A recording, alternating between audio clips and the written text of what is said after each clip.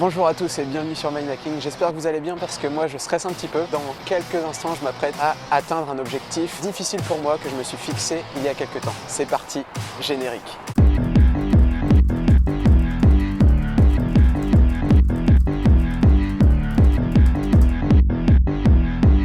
J'ai toujours été impressionné par les personnes qui réussissent, que ça soit dans le domaine professionnel, intellectuel, artistique ou sportif. Et je me suis toujours demandé comment ils faisaient. Parce qu'il y a quelques années, pour moi, réussir, quel que soit le domaine, m'était impossible. Quand j'avais un objectif, soit j'arrêtais en cours de route, ou soit je ne commençais même pas parce que je m'en sentais pas capable. Mais bon, maintenant, j'ai quand même réussi certaines choses dans ma vie. Pour atteindre l'objectif que je me suis fixé pour cette vidéo, j'ai dû développer mon sentiment d'efficacité personnelle, qui est un déterminant psychologique de la réussite. Il est défini comme la croyance en sa capacité de réussir une tâche précise. Croire qu'on a la capacité de réussir permet de se fixer des objectifs ambitieux, de persévérer lorsqu'il y a des obstacles et des difficultés et de trouver des solutions et des stratégies pour faire face aux obstacles et aux difficultés. Et ce qui nous permet d'avoir plus de chances de réussite dans un domaine particulier. Le développement du sentiment d'efficacité personnelle dans une tâche particulière va dépendre des réussites antérieures que l'on a déjà eues. Plus on réussit et plus on se sent capable,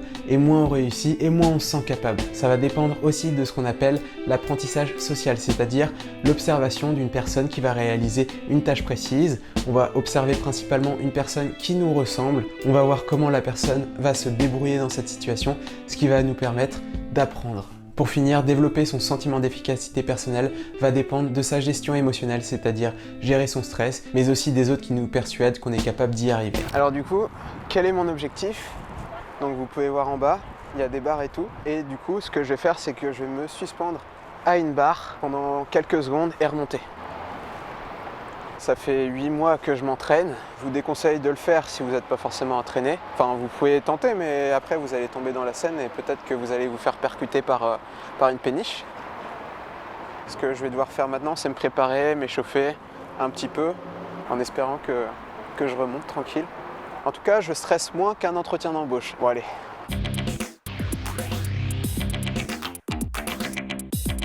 C'est un peu de la torture de s'entraîner juste à côté du truc.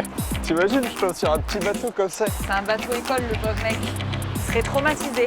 Ils me demanderont pourquoi vous êtes tombé. J'étais en train de courir là et puis sans faire exprès, j'ai trébuché, tout bêtement. Voilà.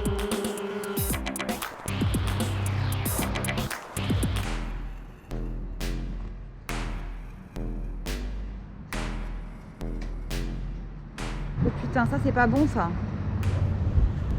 T'as un truc qui bouge, hein, fais gaffe. Pas là.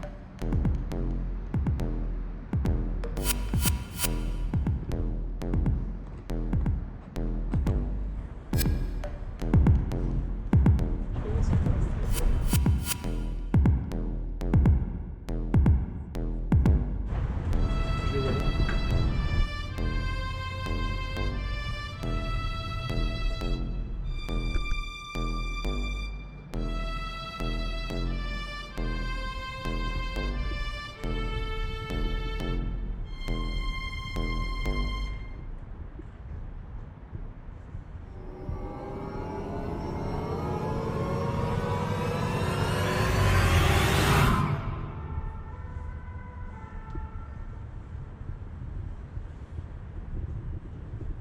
A few moments later.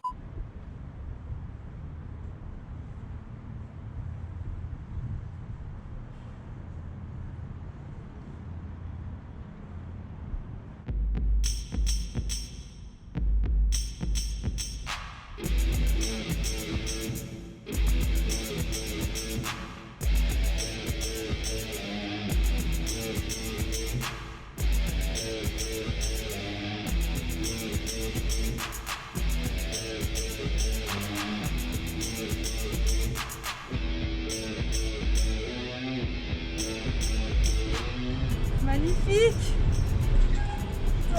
Magnifique! Je te l'avais pas dit, mais ils avaient jeté la bouée de sauvetage à l'eau et tout. Putain, magnifique!